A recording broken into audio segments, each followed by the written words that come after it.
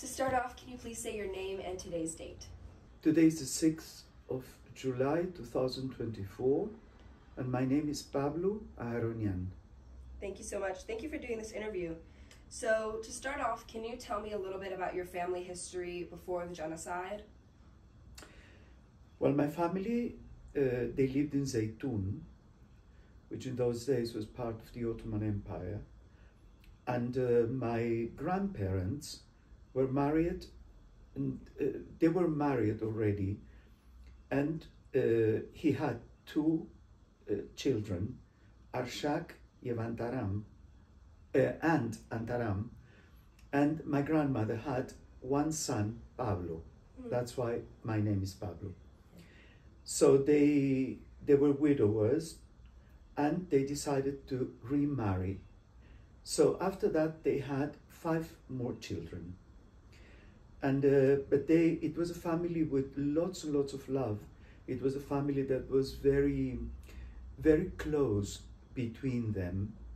It was a family that they had professional careers. Even the ladies. My grandmother was a teacher in mathematics. My grandfather in ciencias exactas. I don't know how you say that in English. And my uncle Arshak was doctor. My aunt Antaram, she was married to the prince of the Shire, and but she didn't want to marry until she ended up her studies, which professional studies. Then I had an uncle engineer. He studied in Prussia. My uncle Arshak was studying in Erzurum. Then my father was a doctor, but then comes later. Anyway, they lived in a very good way. There were people with lots of generosity, and there were people with great interests, you know, intellectually, artistically. They were very, very updated people, which in those days, you know, the society was a little bit kind of ruled by certain habits, and you had to follow them. Anyway, then the genocide came. Many things happened, many things. It was really cruel for them. For my father, it was very hard. They never spoke about that, never. But I knew things afterwards when my father gave some interviews in Uruguay. And there it came, all this. I shouldn't forget, I have to give you one interview that I have from my father. You can take a picture of it, because it's extremely interesting. So anyway, they left. They had to go into deportation. The Turkish soldiers came to kill my father's grandmother. He was 7 years old, and he was walking with her, holding her hand. And because she saw that something like this was going to happen, she put my father on the floor, and she went on top of him. And the soldier came and killed her. And my father was under this.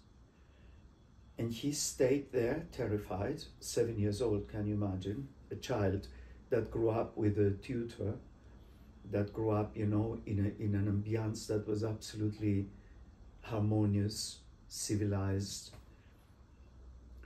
So, and of course, you know, the parents couldn't go back to fetch him.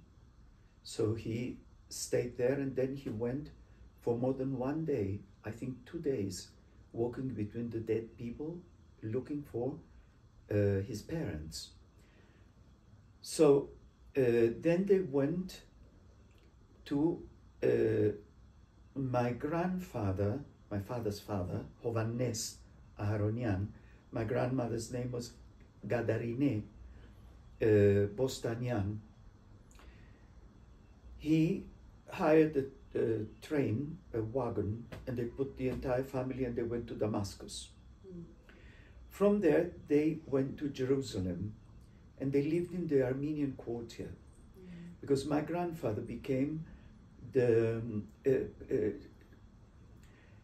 director, actually, of all the Armenian orphanages that were there, with many people, you know, that lost the parents because, you know, it was horrible what happened. Horrible, you know. So my father grew up in Jerusalem. He went to a French school, Saint Antoine, and until he was very old, he remembered Jerusalem like, you know, the palm of your hand. And you go here, and you come down, and you go here, and then you go to this place. He really amazing.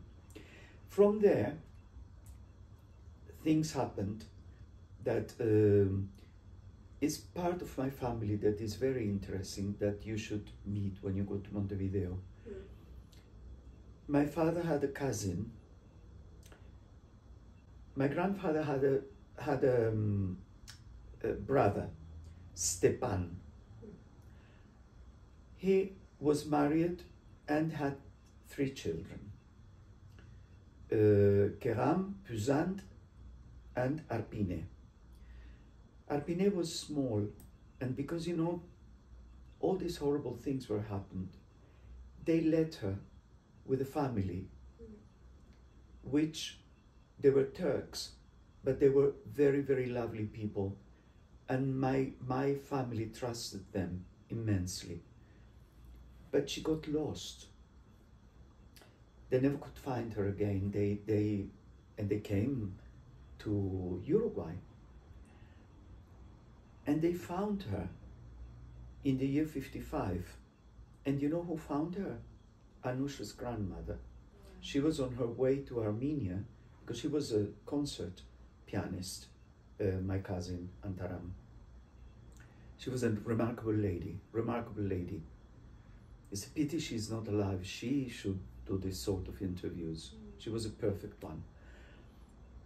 And she was on her way to Armenia to audition for Aram Khachadurian, the great Armenian composer.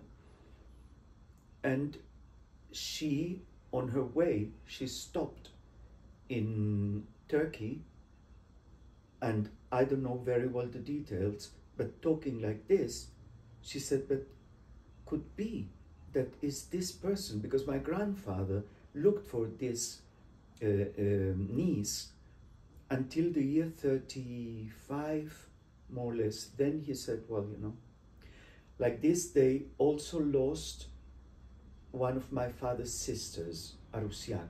They lost her. No one knew if she was alive or she wasn't alive, you know.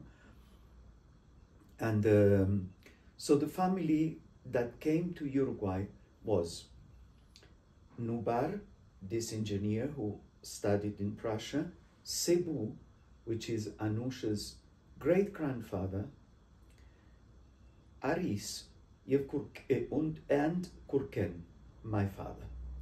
The 4 of them. Arshak, the eldest, went to the United States, and the rest were not alive because Pablo, he was a lieutenant, and he got killed in the First World War, and Arusiak got lost. And Antaram, the eldest one, she got killed also in the first, during the genocide. Actually, she committed suicide because the Turks went into the Shire. They killed her husband, which was the prince, the regent prince. And she was certain, you know, they were going to take her to the harem or do, I mean, the things that usually they do, no? And she decided that she was not going to go through all that. And she, with her 2 children, she threw herself into a river and she committed suicide. So they arrived in Uruguay in the year 1924. And so they started in Uruguay having a department store. They installed a department store in an area that's called El Cerro, is a hill, but we're all immigrants in those days from all different nationalities.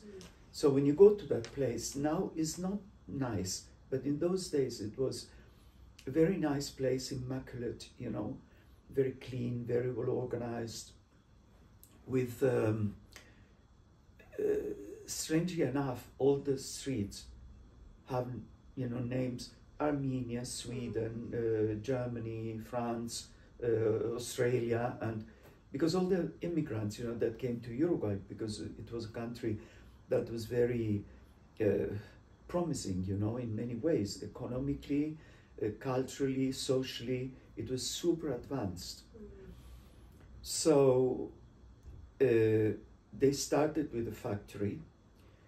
It was a mill, actually, because they bought lands, and they had wheat, and they had cattle, and they, with the wheat, they prepared, they had this mill, and they prepared all the things that you can prepare, and they used to sell, and the name was Aida, Molino Aida. That was the factory, and they used to work together. Then my father became a doctor. He was the first Armenian doctor in South America. And he was very intelligent. He did all 4 years of high school, he did it in one. He was, I mean, amazing, amazing. He died almost with 91, and his brain and it was incredible, incredible. There were people that, the family was very close. So we grew up, you know, all together. And that was lovely because, you know, when you grow up with so many cousins and uncles and aunts, and, you know, it's like a film, because we used to go there for birthdays, Christmas. Always it was an excuse to gather. And it was really lovely. But my father, because he studied and he got, you know, his diploma when, you know, late, because of course when he came to Uruguay, he had to, first of all, learn Spanish, then study, and then became a doctor, and then he married my mother because they called him because my mother was ill. And my mother was late adolescent, because between them, they had 21 years difference. My father was 21 years older. Well, they got in love. And when my mother was 22, they got married. And so I have a sister, 4 years older, which is a lovely, lovely human being, amazing person that you completely trustworthy, and she's adorable. She's super maternal with me, and I'm very lucky because, you know, we trust each other, we love each other. We're completely different, completely different. She likes black, I love white, like this, you know, completely antagonistic in many, many ways, but for certain, we love each other and we trust each other. My mother, that would be lovely if you could meet in Uruguay, because she can tell you many things. She's going to be 96, and she's remarkable. Her brain, her, you know, impeccable all the time, you know. These ladies that are from a generation that you... So what else can I tell you, my father was a very successful doctor in Uruguay. We grew up in an Armenian ambiance, although we didn't go to the Armenian school, we went to the German school.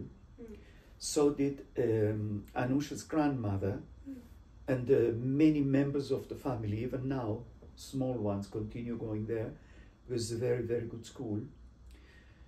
But we spoke Armenian, and we, at home with my mother, I speak Armenian too. And we are, yeah, very Armenian, I think.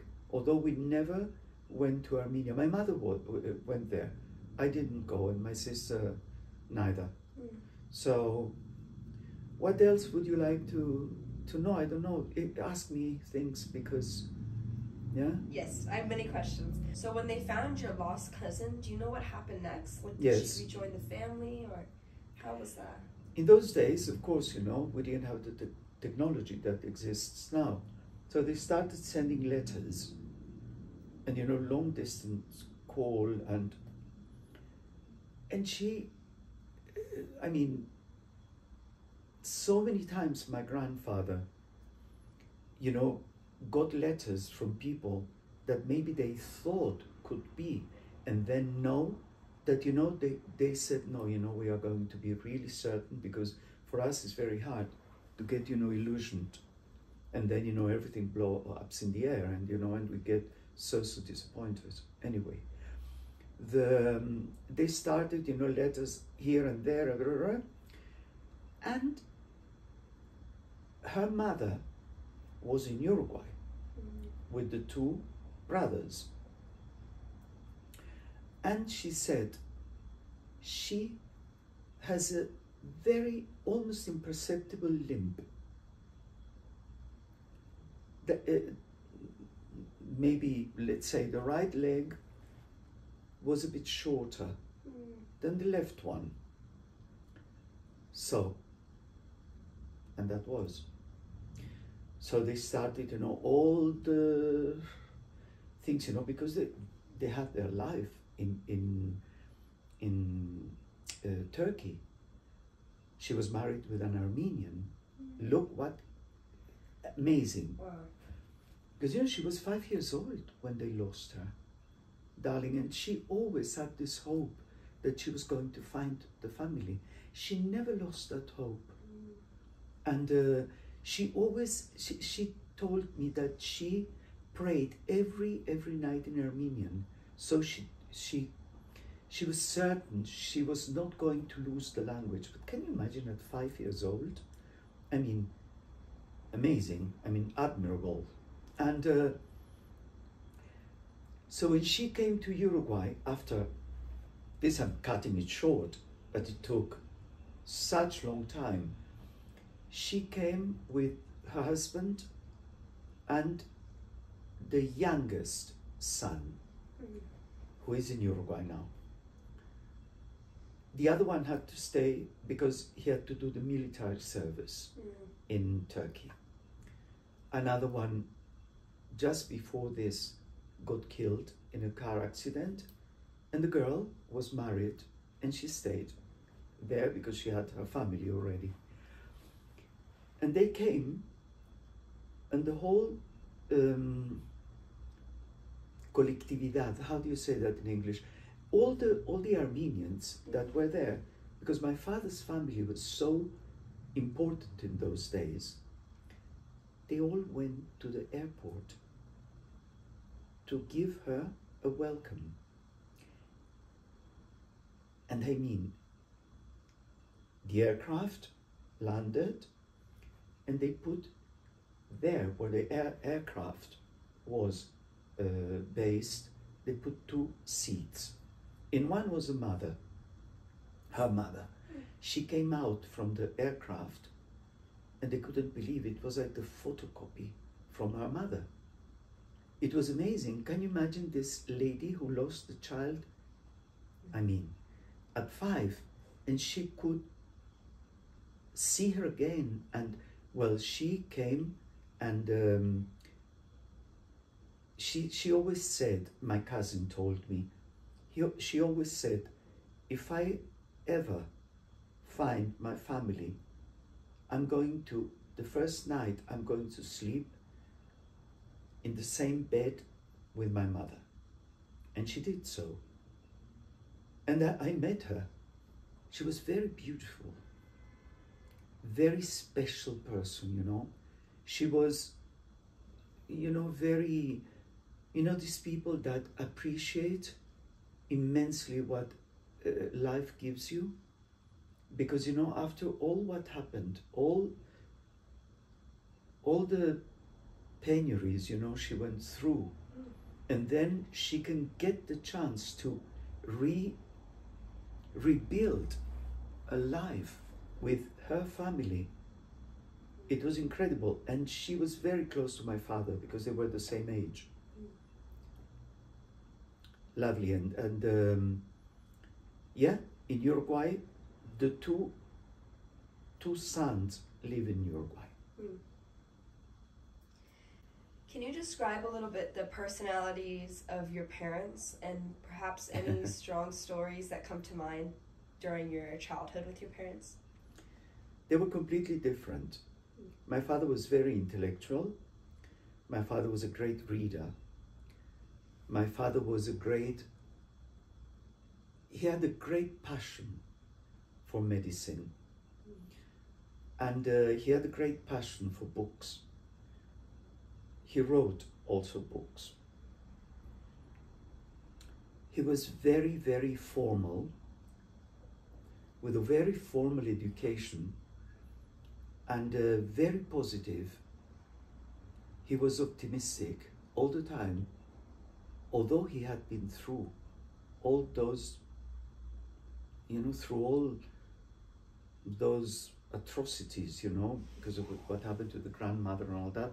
I mean, another person would be absolutely negative and pessimistic and bitter. The word bitterness, it wasn't something that he accepted. He was fantastic. He was very kind, very, very soft, very, very lovely. My mother was and is with a very strong character. She was the one who was putting, you know, the discipline at home, you know, with the children, like, you have to do your homework, and at 9 you have to be in bed, and then you have to have your breakfast, and then we go to church, because we used to go to church. And, you know, she was a little bit more, how do you say, pragmatic. You know, my father was more romantic, and my mother was the one who was, but they loved each other very much, and they were different, completely different, you know, and but they loved each other. We lived in a very harmonious atmosphere. We had a lovely, lovely, big house, beautiful, old, from I think either 1910, 20, like this. Huge garden, you know, dogs, and it was a lovely, lovely ambience. My sister more like my mother, me more like my father, in that sense. When I was a child and an adolescent, I got along better with my father. But, you know, through the years, I got, you know, this admiration for my mother. Love, of course. But, you know, she was a person, you know, that had I think a tough period, because she was 22 when she was married. But, for example, all her, how do you say, you know, the sister-in-law, all the in-laws were like 50, 55. So, you know, she had to like a jump at her generation, you know, because her nieces and nephews were older than her. Antaram, Anusha's grandmother, was 2 years older than my mother, but she was her niece. You know, so that generational gap made it really, I think, hard. Her parents, my grandparents, were adorable. Adorable. They were people, you know, with an amazing life, because hard workers, people that, you know, were tough, although super sweet. And they had a house that was like a farm, actually, because, you know, full of fruit trees and plants and flowers, and they had chicken, they had dogs, they had turkeys. And for me to go there was magic, you know. And my mother grew up in that ambiance that was absolutely free, and she got married into a family that was completely different, super conservative, you know. And it was still my grandmother, my father's mother was alive, and she was very much a matriarch, you know. So whatever she did or wanted to be done, you had to. So my mother was completely different, you know. So I think it was hard, but she was always a great example for us. She's a lady with very strong principles, moral principles, incredible. Even the way she speaks, the way she, you know, she has this certain pattern that you don't take her out of that. Yeah. You know, she is. So we were lucky with my sister to grow up in that ambiance. Yeah. What do you think were some of the core principles or moral tenets that your mom had that she passed on to you and your sister? Responsibility, commitment. If you give your word, you have to keep it.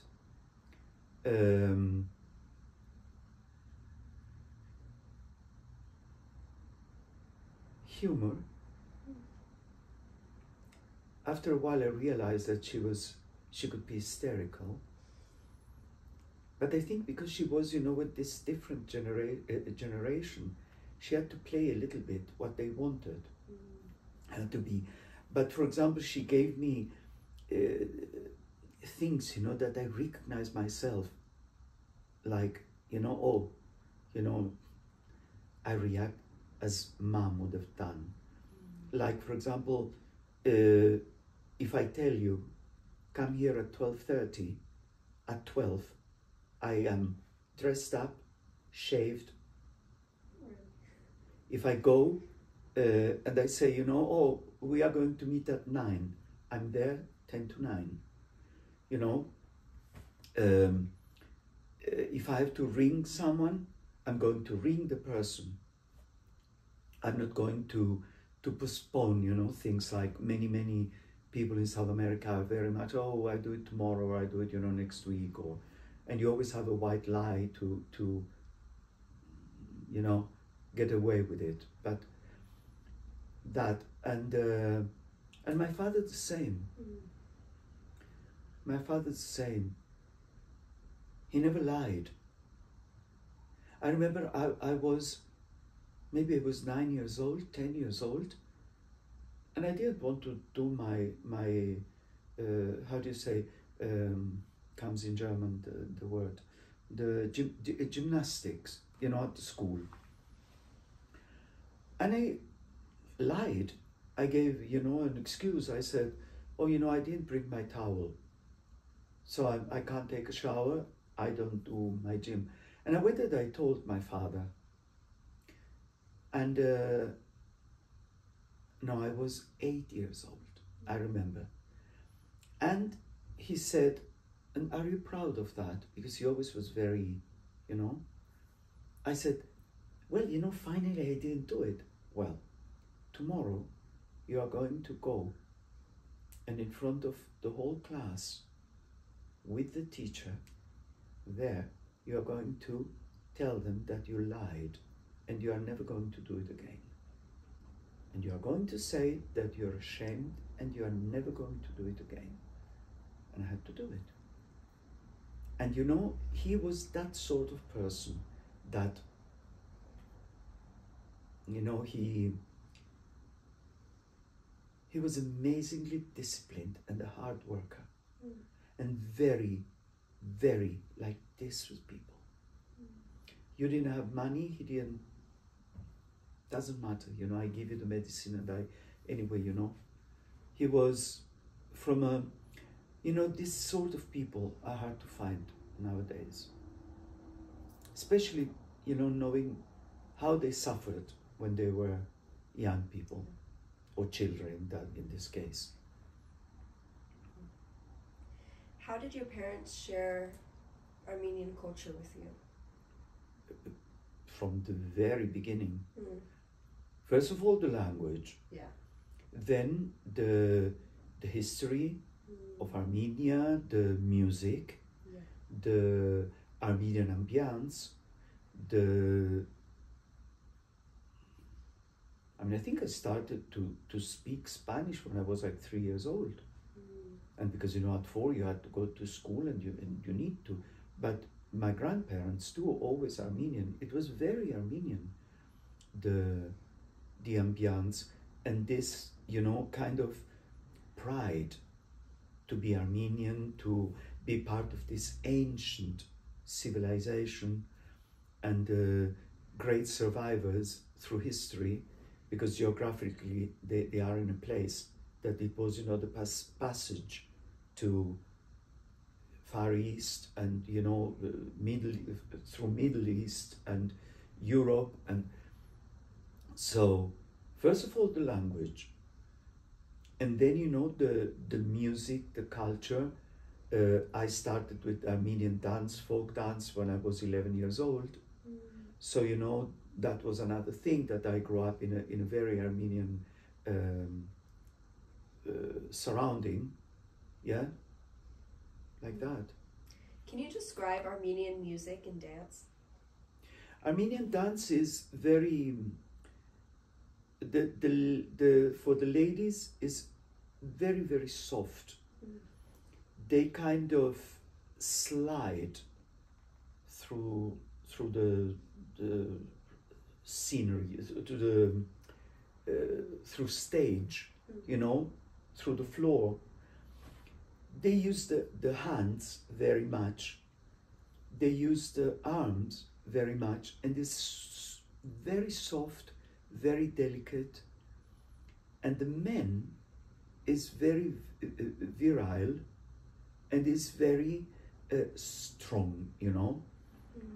It's very, music-wise is completely different, because the men, even the instruments, the ladies are more, you know, played by strings, woods, and the men is more, you know, percussion, drum, and, you know, it's boom, boom, really strong like this. The rhythm is very contagious, is very, very lovely. And the ladies are with these long costumes, with long plaits, you know, and the men with you know, different, absolutely different, with these shirts, and the music, Armenian music, is very rich, because, you know, through the centuries they had this great inspiration in folk music. And because Armenia originally was so big as country, had all this ethnical, you know, how do you say, nuances to take and make something unique music-wise. And in classical music, I would call it romantic, melancholic, and strong too. Typical music from a nation of great survivors through history, you know. When would you say your love of music began? When I was a very small child, I always loved music, especially classical music. Although I loved the American band, bands from like Tommy Dorsey and Glenn Miller, and I love that music, and the Hollywood music from the 40s and 50s. I love the American cinema from those years. I think it's beautiful. My favorite actress is Ava Gardner. So since very early, for example, I love the Armenian liturgy. You know, I when I go to church, it's like, I simply love it. It's so beautiful. But since I was born, I remember one of the first things I remember is Tchaikovsky. The first piano concerto. And then, I grew up listening to music because my father always was listening to classical music. At the German school, we had to learn to listen to different, and the music, through the centuries, the symphonic poem, the classics, the romantics, the surrealistics, the impressionists, all we had to learn at school. So I loved it. And for me, for example, I wake up, the first thing, the radio, classical radio. I go into the car, the classical radio, all the time. And even the ballads I danced best are the ballads which music was either my favorite composer or music that I loved. That inspired me immensely. Wow. And speaking of religion, how is religion a part of Armenian culture, and how would you describe your relationship with religion? Well, don't forget that Armenia was the first country to adopt Christianity as the official religion. I think religion was something terribly important for them to make them survive. Because if you are not religious and you're not a believer, how do you explain what they went through? I am religious. I pray every night. I thank God for all the things I have. For my family that is okay, for the people I love that are all right, I ask Him to help humanity to stop, with all this. Impossible to understand. Why 21st century and all these things that are happening, in Israel, in Gaza, in Syria, with Armenia, with Artsakh, the Russians, with the Ukrainians, and what's all these calamities, that are happening? Didn't they learn a thing in all 20th century and they continue with the same things? So I think religion, I was, when I was a small child, of course,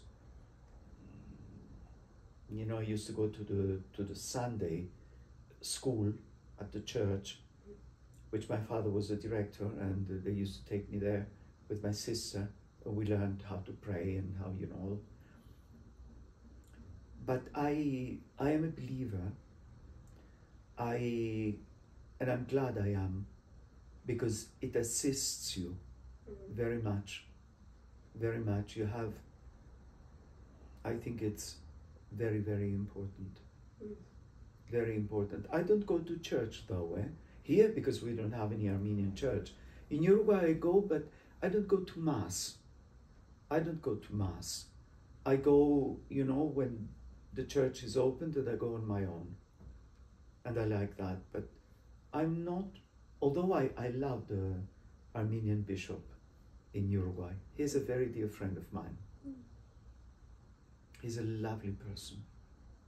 He's a very cultured man. He's a person you couldn't stop loving. And he was a very good friend of Anusha's grandmother and from my father. And sometimes he goes to have dinner at my mother's. A lot of people I've spoken to in Chile have mentioned their difficulties with religion ever since everything that happened with the priests, as well as the entanglements between religion and politics. What are your thoughts? I guess maybe less on the priest, but really on the entanglement of religion and politics, especially because you mentioned, you know, you enjoy going to church, but maybe perhaps not mass. And one of the paths many people take is practicing religion outside of an institution. Well, I think you have to separate religion from church. For me, you know, all the things that the church does, I don't agree. Most of the things they do, you know. I mean, if they promote what they promote, why there are, you know, plenty of people sleeping in the streets with no, you know, water, not any food, nothing, freezing, literally freezing. Why don't they take them and they, you know, they take them inside the church and live with them and help them? And you know, I don't believe in that. I don't believe in priests because they're human beings, you know. But I separate religion and, as usual, Melanie, as usual, is a theory, but then the application is done by human beings, which are not perfect. And they have interest. And I think that's predominant. Because if you look or read some books, you think, oh, this is fantastic, you know. And when you see how it was, you know, applied, you think, what? You know? And these are the human being, you know, That makes sense. Perhaps I'll ask you more after the interview because I'm going far away from Armenia stuff, but it is just a curiosity of mine. I was also raised in the church because my dad's side is from Lebanon, so we were raised Syrian Orthodox. My mom's side is Catholic, so then I went to Catholic school, also raised in the Catholic Church. And then as I grew up and realized that my politics don't align with that of the church, there was like a fragmentation for me, and it was difficult because my relationship with religion had been through an institution throughout my childhood. It became difficult for me to kind of like untangle my relationship with religion from an institution without just stepping back from it completely. So I'm always curious to speak to people to see how they manage that relationship.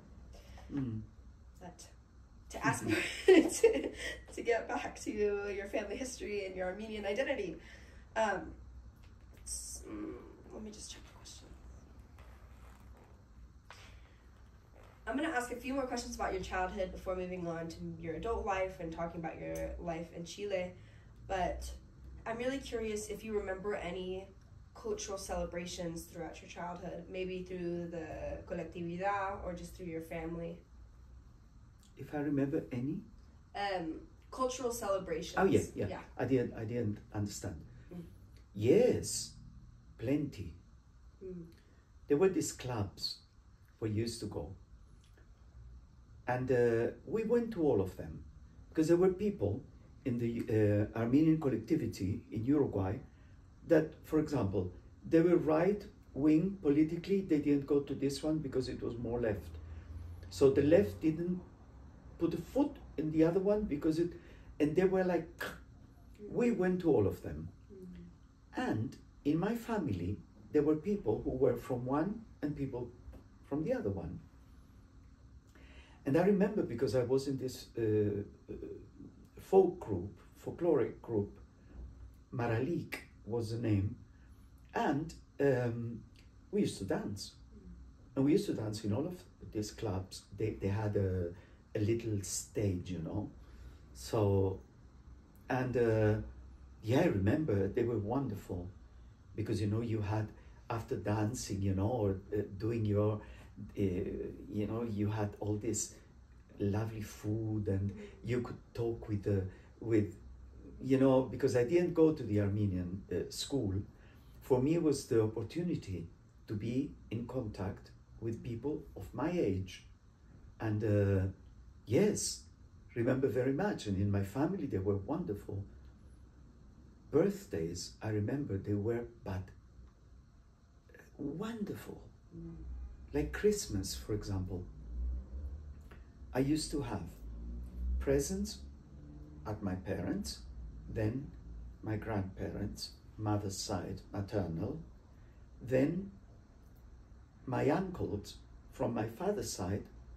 So we had like, you know, we came home like you had robbed a department store, you know, with all this, you know, and it was, I remember so vividly, and it was fantastic because you were looking forward to go, you know, to this. It was all high, and years ago, yeah, like maybe 40 more or less, it was a big celebration, all the cousins. And I remember I arrived, and maybe 1/4 of all my cousins, I didn't know. And my sister was saying, this is the grandson from this one, and that, but, you know, and it was like, and I loved that, you know, because such a big family. Yeah. Yes, and in the Armenian collectivity, it was great because it was an orchestra also. So they used to sing Armenian songs, and, you know, with the violin and the piano and the duduk, you know, so it was, yeah, I remember very well, and I used to love to go to those celebrations, and they were, you know, quite often. Yeah.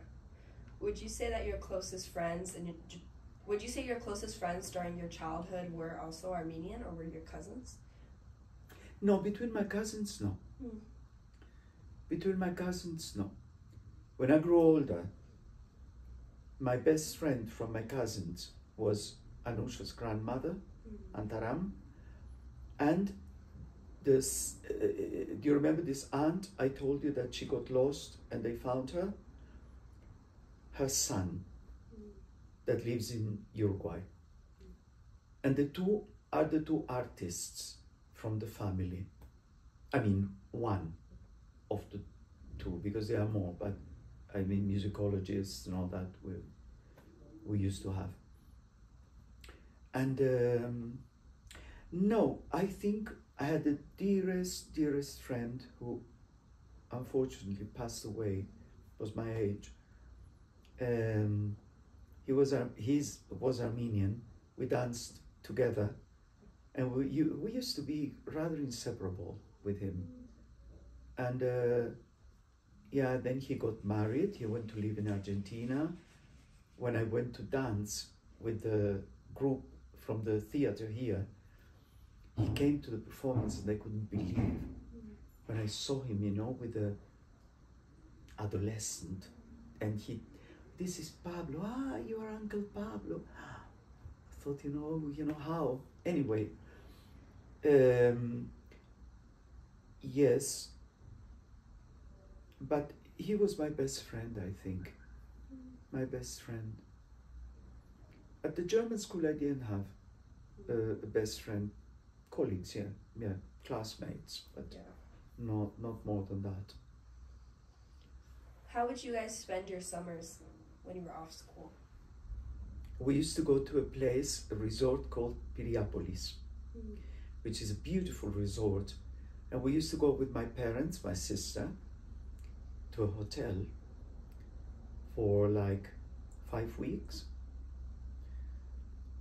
And they came other families, Armenian families, from Argentina, mostly, from Brazil. And we used to go all together to the beach, but we were like 45 people. with all the how do you say, the parasols, one close to the other. So it was like a, I remember, you know, and then during the year, they used to come to Montevideo and we used to go to Argentina. And when my sister was 15 years old, my parents had this very big old house. We had 17 people staying at home. You know, and I remember it was wonderful. We used to play basketball, volleyball. We used to, you know, hire canoe? Kayaks? Kayak, Yes. yeah, kayak. We used to rent horses and go, you know. And you know the strange thing that I think now when I'm telling you this, it never occurred to me before, but even we, the children, we used to talk in Armenian between us. We used to go to the cinema all together. It was wonderful, wonderful. Last year I was in Teatro Colón teaching a ballet, and one of them came to the hotel. And it was lovely to see each other, you know, after such a long time. And then my parents bought an apartment, a flat in Punta del Este, is another resort. So there also, I used to go to the beach with Anusha's mom, Anusha's uncle, who passed away unfortunately. He was adorable, adorable. Such an amazing chap, really amazing. And I used to go with Ani doctor, you know, Anusha's mom was very close to my father because of course I never studied medicine and my sister neither. So for him to have this continuity through Ani, and my father adored Ani's mother, Anusha's grandmother, was his favorite. So, you know, this part is amazing. And all what I have about my family and, you know, all the, you know, pictures and all that, I'm going to give all of them to Anusha. Yeah, because I don't have any children, my sister neither. So yeah, those summers were wonderful, wonderful. Yeah. When did you move to Chile? I wanted to, I was one day at lunch at my grandmother's, and my mother's youngest sister was an opera singer, and she had to, that night she had to go and sing in the choir for an opera. And she said, oh, you know, it's going to end up late. Would you come with me and then you can stay, you know, at my flat because my husband is not in Montevideo. He is not going to be able to pick me up and blah, blah, blah. So I said, okay. So I went and I saw a ballet called Le Combat from an American choreographer, William Dollar. And I got in love with ballet. I was 14 years old. But my family didn't allow me to dance because they thought, you know, no traditional career, you know, either doctor, architect, or engineer, something. And I started, you know, to struggle because I wanted to become a dancer, and the years, you know, were going by, and I thought, you know, if you don't, I'm going to be too old to start ballet. I'm never going to make it. Yeah. So finally, when I was 18, I started going to ballet class, but I don't know how you say in the States, but in England you would say hush hush, you know, without telling anybody, you know. No one knew that I was going there. I was lying, and I was, you know, saying, I mean, whatever, to have the chance to go and take ballet classes, ballet lessons. And so when I was 19, they finally allow me to go to the, well, and I did all sort of things, you know, to be able to take my ballet lessons and all that. And when I was 19, I entered the national school, and already, you know, my father said, okay, but you have to continue studying. Okay, I do it. At the end of the year was an open concours, how do you say? A casting call? Like audition. Yeah. To enter the company. Yes. The national company. And although I had only, you know, 7-8 months of ballet, I went to the highest qualification. So I entered the National Theatre. I was 20, just 20. And I was 22, I was promoted to principal dancer. So I went like this. And when I was 23, I decided that I wanted to go to Europe. So I went to Europe and I entered La Scala. I didn't want to enter La Scala. For me it was too big, you know, company with 120 dancers. It was massive. I was taking class and it came a man that I thought, oh, you know, I know that face. It was Nureyev, Rudolf Nureyev, you know, the greatest dancer in those days. And he started looking at me, and when class finished, the inspector of the company came and said, you know, the director of the company wants to talk to you. I said, to me? He said, yeah, Mr. Nureyev wants you for a soloist role in Romeo and Juliet. I said, me? I said, then I was just taking class. No, you. Anyway, I entered La Scala. I stayed for 3 years, more or less, a little bit less. And I danced with, and I studied with the most wonderful people. It was before the Euro. So, you know, every country had its own identity, you know, and are you cold? No. No, it's all right? Yeah. So anyway, it was a period that was wonderful. But what happened? Because the European community was getting stronger and stronger, they started to make certain rules for the foreigners. So I left La Scala because I got a contract to dance Cinderella with another theater. So at La Scala they said to me, don't worry, now we don't have any special role for you in the next program, so you can go. And I was paid really handsomely, so I decided, yes, you know, I'm going to go. When I came back and I signed the contract at La Scala, they told me, with this contract you have to go to your country, Uruguay, and you go to the consulate, and then they have to stamp this, and with this you come back. And here there were 2 principal dancers that I had danced with in Uruguay, and here the company came a star from American Ballet Theatre as director, Ivan Nagy, and he was rebuilding this company. And they were all many Uruguayans that came here, because the ballet in Uruguay now is wonderful, but in those years it was a little bit kind of decadent. So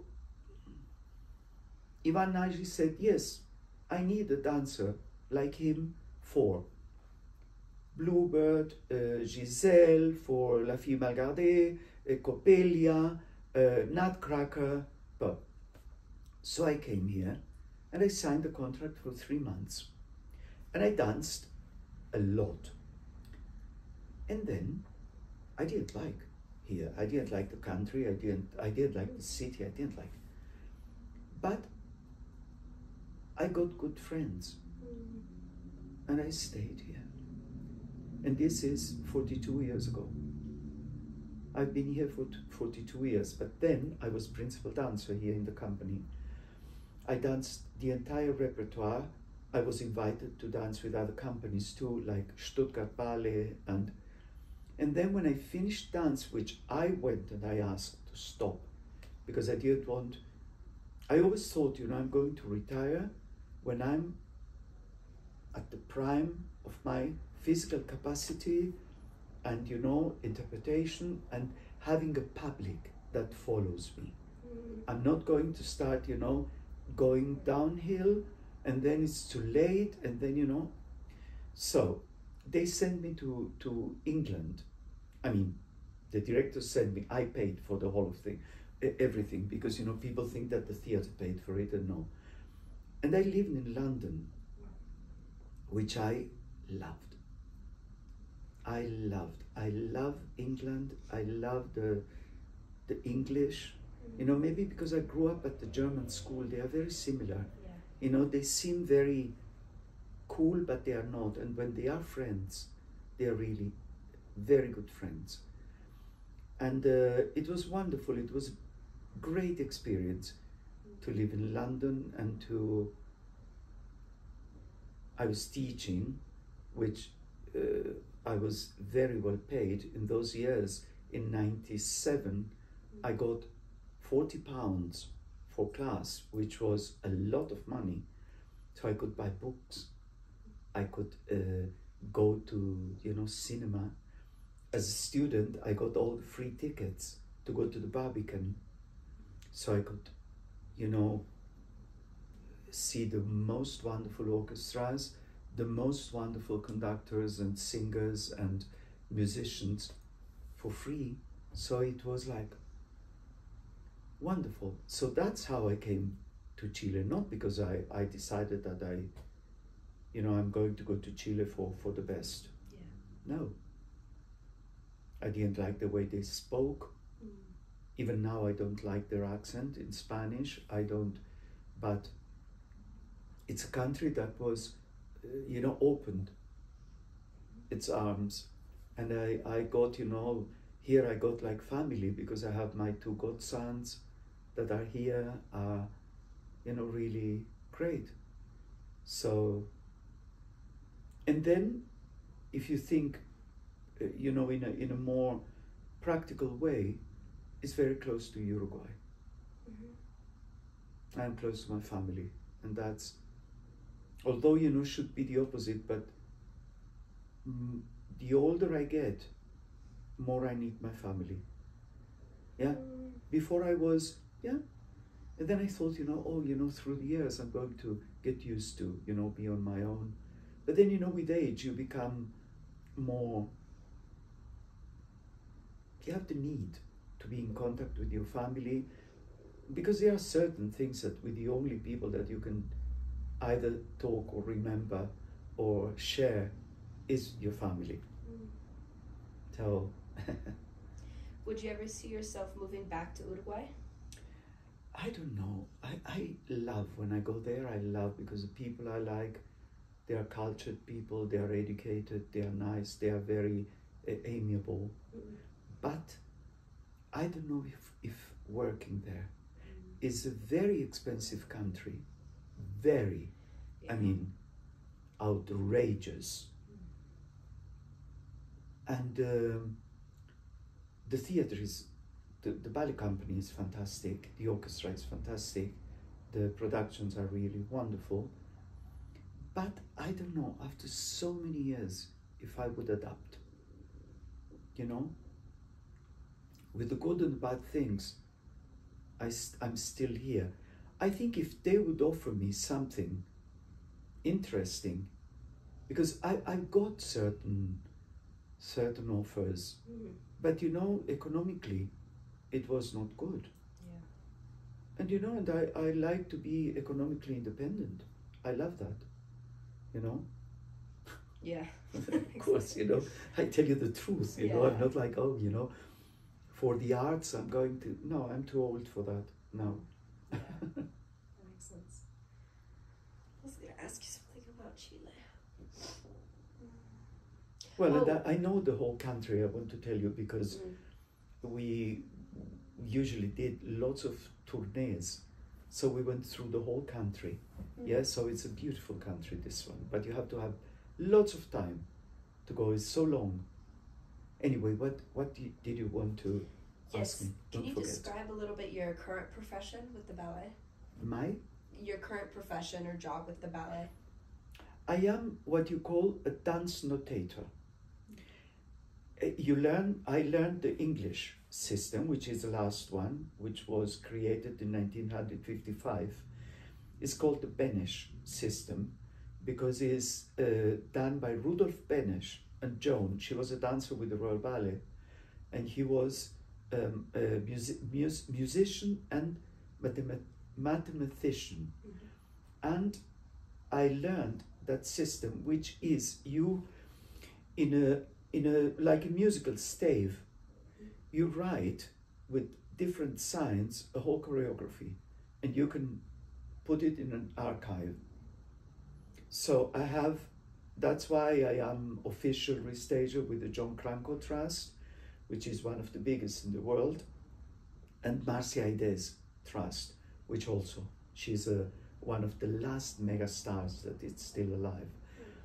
Anyway, and I am now, I've been since '98 ballet master, which is I teach class, and I am coach. I coach the rehearsals, and not all ballets, but certain titles I'm in charge of, to bring them back or to teach, or that's my job. Wow. Yeah, very tiresome, with lots of hours, because for example, to write a ballet like Sleeping Beauty, it took nearly 3 years. People think that it's like writing, you know, a letter, you know, going to the supermarket, you write in a sugar, coffee, milk. No, it takes, because it's super accurate. And you have to really be picky when you do it. So I try not to write anymore now, because, you know, I like to have my weekends free. I like to go out cycling. I like to, you know, be in the open air, and I don't want to stay, you know, until 2 in the morning every single day, writing and writing and writing, because no. Wow. I didn't know it was that intensive. Terrible. Yeah, that is, wow, a strong commitment, to say in the least. How would you describe the Armenian community here in Chile, perhaps even in comparison to the Armenian community in Uruguay? Well, as I told you before, I don't know very much all of them here. The first time I went to the Armenian community was years ago. It was a musicologist, Alicia Terzian, from Argentina, and they invited me, because they used to go to the ballet and they used to see me dance. So they invited me, and I went there, and I was introduced to this lady who said, you know, lovely things about my family and about how cultured they were, and, you know, blah, blah, blah. And I remember being, only old people spoke Armenian. The youngsters, not a word, not a word. And they didn't have a church, which even now they don't have.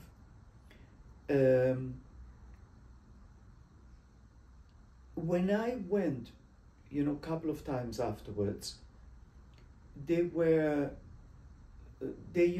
gather on Sundays, they cook, they do a couple of things, you know, like Armenian things, or they watch a football game, or, you know, soccer, you say, no? In the States, yeah.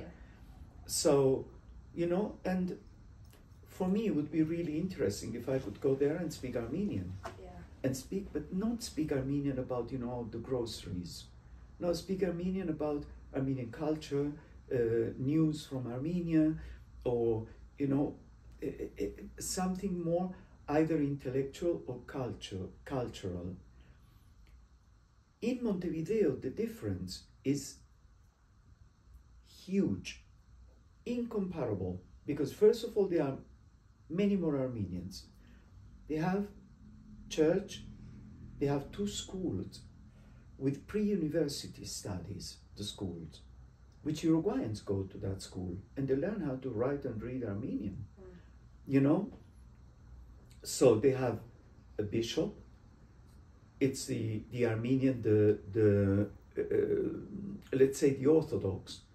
It's not actually, but we call it Lusavor Chagan. Then is the evangelic Armenians. They have many churches. And then the Catholic, the Roman Catholic Armenians, they have another church. So, you know, is big, the collectivity. And they, when you go there, they have Armenian restaurants. They have, you for example, like when I go to Uruguay, you know, your name, when they have to call me Pablo Aharonian, they say. Here, they don't know how even to pronounce, you know. And that's a difference here.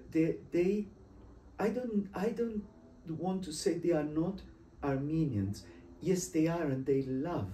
Like, is a place I went cycling a couple of days ago, and I think Sunday, early Sunday, yeah, and yeah, because it was sunny. It was a nice sunny day, Sunday last, and I went there, and I remembered the face of the man.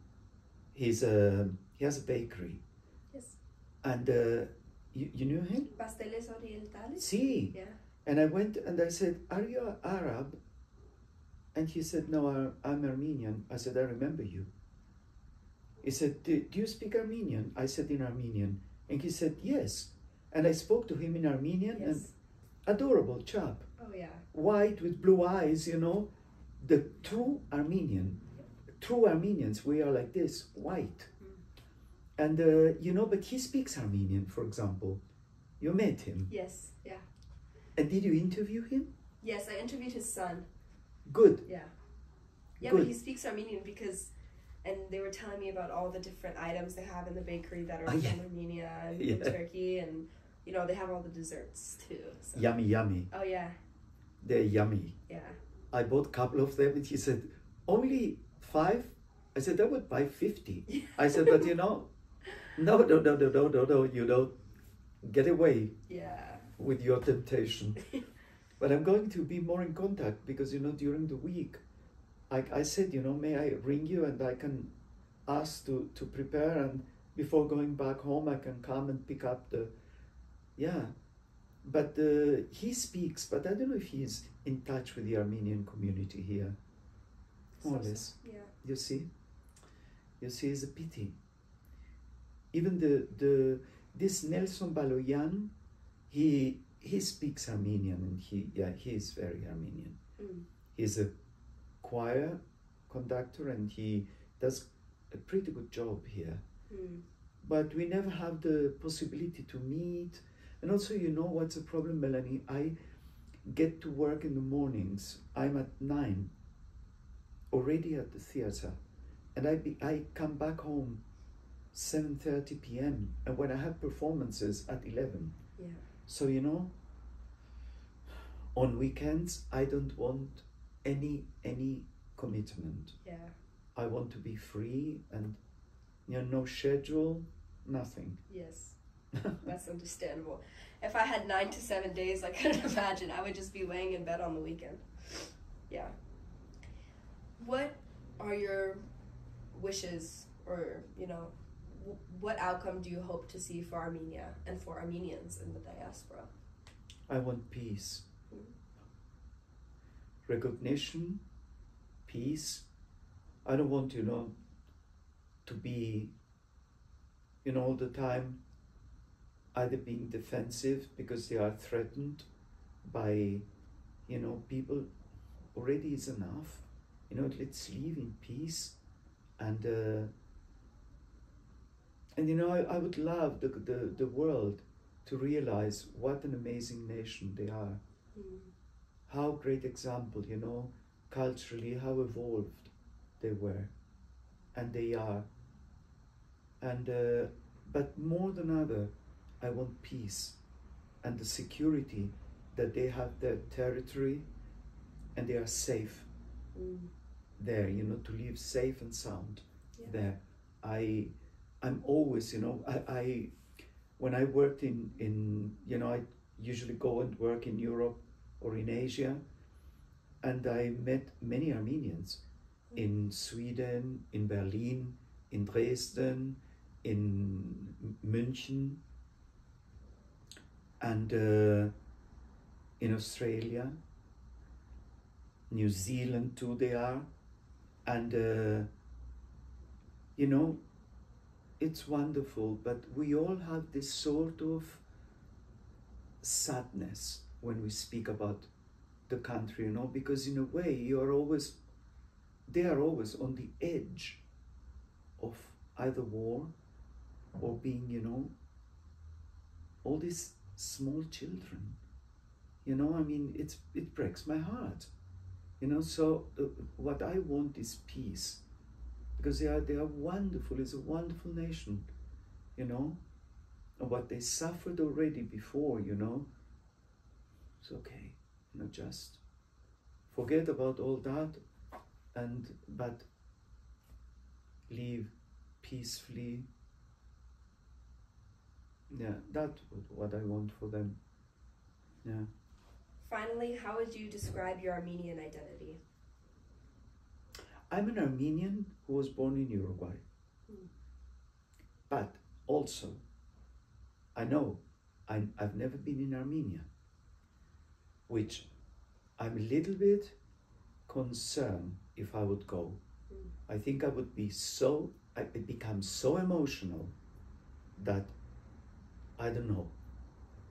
But don't forget that I was brought up very Armenian, but I have an idea, a very romantic idea of Armenia, you know?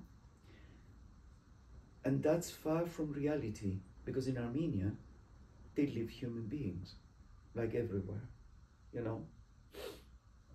It's the same when people, you know, come and want to meet me, and they have a certain idea about how I would be, you know, when they saw me on stage or when they saw me, and they come, and it's not what they expected sometimes, you know.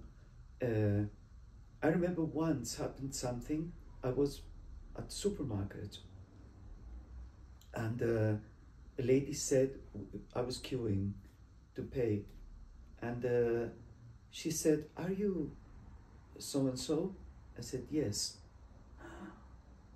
"Look, I never thought you were buying toilet paper." And I thought, you know, oh, you know what's, you know, or, you know, things the people idealize. Yeah. And and that's not good, neither for them nor for the person who is involved in this sort of thing. But I feel very Armenian, and I think in Armenian, you know. It's strange, because I haven't been speaking Armenian in a long time, because, you know, daily I don't speak Armenian, and but I think in Armenian, and I push myself, you know, to think in Armenian, because I don't want to lose the language. And I feel very Armenian, and I look very Armenian, because when I go to other companies and the Armenians are, I start like this, and we look at each other, and it's like, oh, you must be the one, you know. And I feel very, very Armenian, yeah. And my sister too. She speaks much more Armenian than, well, she stayed in Uruguay, you know. She could always speak Armenian to my parents. But I feel an Armenian born in Uruguay. Yeah. Is there anything else you would like to share? Well, the love from my family, the love for, well, my parents, of course, my grandparents, my sister. I'm very thankful also to my sister, because thanks to her care, my mom is the way she is, because she takes care of my mom. She is so mindful with my mother. That is like, you know, she taking care of a precious jewel, which is actually for us. But, and also, you know, Anusha's grandmother, Aharonian, what a remarkable lady she was. There's an homage to her too, together with the people I named before. You know, a very tough lady, brave, very matter of fact, very intelligent, independent, cultured, sensitive, and sensible. And yeah, this, yeah. Thank you so much for doing this. Thank you, my darling. Thank you.